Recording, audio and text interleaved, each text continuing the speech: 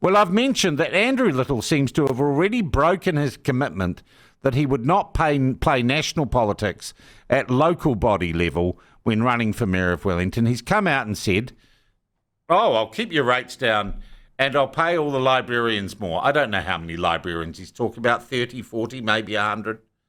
But he's clearly indicated that he's still angry, and Andrew, the Labour politician, giving the lie to his initial pitch to the voters of Wellington. But as I've said, it's largely a two-horse race between him and Ray Chung. We had Alex Baker, was it, in yesterday? Interesting young man without let's be honest, a snowball's chance in hell. We've got Carl Tiffenbacher, who someone has said this morning should give up and throw his support behind Ray Chung.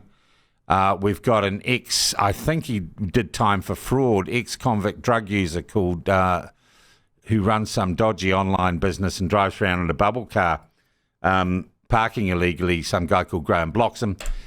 And there's another guy called Rob Goulden who's been quite keen to get on the program, and he joins us this morning. Rob, welcome to you.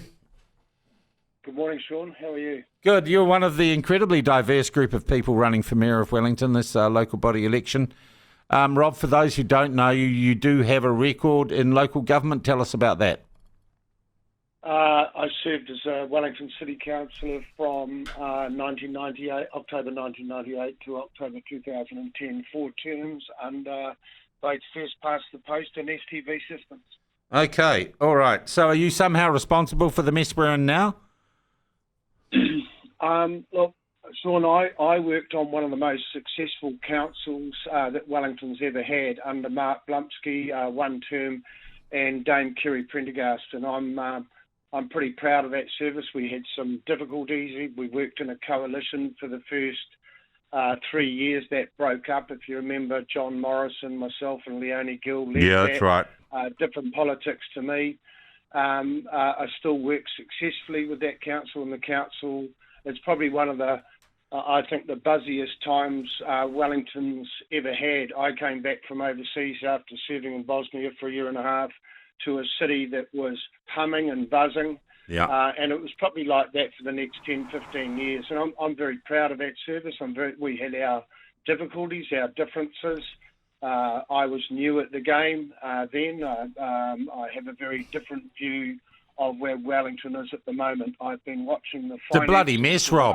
It's a bloody mess. Well, well, that's a good question. It's not a question, it's a statement. You can agree with it or not. Yeah, I'll take it as it is. I've been watching the debt. I was critical of the debt when it was 70 million. You'll remember I got raked over the coals for raising that issue in 2004 when I criticised the... No, I have no recollection of that. But now, yeah. Okay, well, a lot of people do, and they think I was difficult and testy and everything else. The debt then was 70 to 90 million. It's 25 times that now. And in fact, the amount we're paying in annual interest right now is more than that debt was back in How does Rob Goulden intend to fix that, and what impact will that have on rates? Well, I think the council is spending far too much. I think we've all established that. So we cut expenditure where? Golden Mile for a start. I'm the only one publicly who said I'll put a stop to that if elected in October. Okay, how much does that save? That's $150 million gone right there. Okay, what else do you cut? Okay, I think you should sell the asset in terms of the council housing, and I want to just say a couple of things around that. At the moment, even with council just having gone through its annual plan process for this year and finalising that, they voted on top of that, at the end of all that, to spend another $429 million on deferred council maintenance. There are 7 blocks that are absolutely... run down and that sort of thing. I think, here's what I think. The council should pass, and I talked to the Minister of Local Government in a meeting the other day, there's a potential there to trade assets, and when we did the council maintenance, 220 million more than 15 years ago, government has always had the option to buy that asset. That means that's something like 3,000 Okay, so dwellings look, that we could sell. okay, so we'd sell some stuff and we wouldn't do the Golden Mile. Is that basically it, Rob? No, there's a lot of other things. We retired, I'll just finish that. We retire the debt substantially with the sale of that, and the very people that need, at the moment, people get two different deals. One, yeah, Rob, we're falling down the rabbit hole here. So we've got the selling assets, we've got the not doing the Golden Mile. You said there was another thing. Selling one asset, Airport. and that's the council housing, and we don't have to pay that $429 million. That is a substantial amount of money. So we're talking, I would say, more than $1 billion. So we know we're in the rabbit hole, and so we've got to find ways to get out of it. I've got a vision for the city that includes, we're not a manufacturing town, we're a political town, we're a film town, and Wellington should be the film capital of New Zealand if it's not already. Yeah. It should be the arts entertainment capital for the country. I like that. And with all our tech industries here, Wellington should look at becoming the IT hub for the country. We've got to do things going forward that make the city a better place, and for our well-educated, very high-performing people, instead of going overseas and disappearing to it, they want to stay here in this great little town. Yeah, okay. Well, that means you've got to have a water system that works. You've got to have a restaurant you can go to. You've got to have a nightlife. Yeah. And we're losing those at a rate of knots, Rob. We've lost the sevens. We've lost homegrown. I did a video on that the other day. The last homegrown plot. We need big events. We need things to make our hotels, our businesses, and that thrive.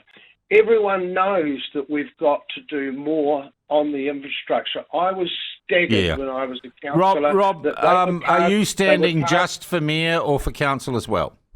No, I'm running in the Eastern Ward. I serve. Okay, so you're running against Alex. Okay, so you're in my local neck of the woods too. Rob, who have you got backing you? I've got a serious group of backers, about 20 financial backers that'll help me, that want to see change. What are their names? Away from. What are their names? I'm not going to disclose it. Well, then you haven't got anyone backing you, Rob, because if someone's backing you, they don't mind having their name associated with you, do they? No, that's not a fair comment. That's a totally fair comment, Rob. No, people, look, there are people that want to be known backing you, and there are people that Okay, who are the people who want to be known that are backing you, Rob? At the moment? Yeah. Probably none of them. Okay, so you have no one who wants to publicly be associated with your candidacy? I wouldn't say that. I would, because I'm asking you to name the people who do want to be publicly associated with your candidacy, Rob. Well, okay. What about the 29,000 people that have already viewed my videos in the last 4 weeks? Name the people who are backing you. Well, do you want me to name every one of those? Well, okay, give me 5. Do you want me to go to the videos? Rob, you know exactly what I'm saying.